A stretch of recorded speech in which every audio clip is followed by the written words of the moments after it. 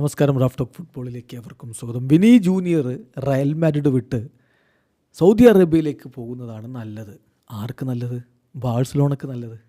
പറയുന്നത് ബാഴ്സലോണയുടെ മുൻ പ്രസിഡൻ്റാണ് ജോയൻ ഗാസ്പാർട്ടാണ് വിനിയെക്കുറിച്ച് ഇത്തരത്തിൽ പറയുന്നത്.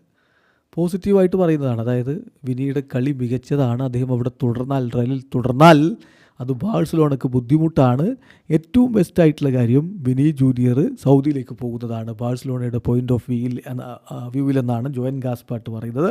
അദ്ദേഹം ബാഴ്സയുടെ പ്രസിഡൻ്റ് ആയിരുന്നു ഒരു ഘട്ടത്തിൽ, അതുപോലെ തന്നെ RFEFൻ്റെ വൈസ് പ്രസിഡൻ്റൊക്കെ ആയിരുന്നു. അങ്ങനെയുള്ള ആളാണ് ഈ കാര്യം പറയുന്നത്. തീർച്ചയായിട്ടും വിനിയെക്കുറിച്ച് ഈ പറയുന്നത് വിനിക്ക് വലിയൊരു കോംപ്ലിമെൻറ്റ് തന്നെയാണ്.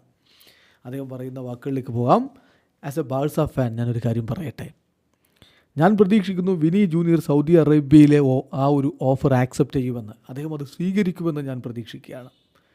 കാരണം അദ്ദേഹത്തിൻ്റെ ഡിപ്പാർച്ചർ തീർച്ചയായിട്ടും will be the best thing for Barcelona. ബാഴ്സലോണയ്ക്ക് സംഭവിക്കാവുന്ന ഏറ്റവും നല്ല കാര്യമായിരിക്കും അത്.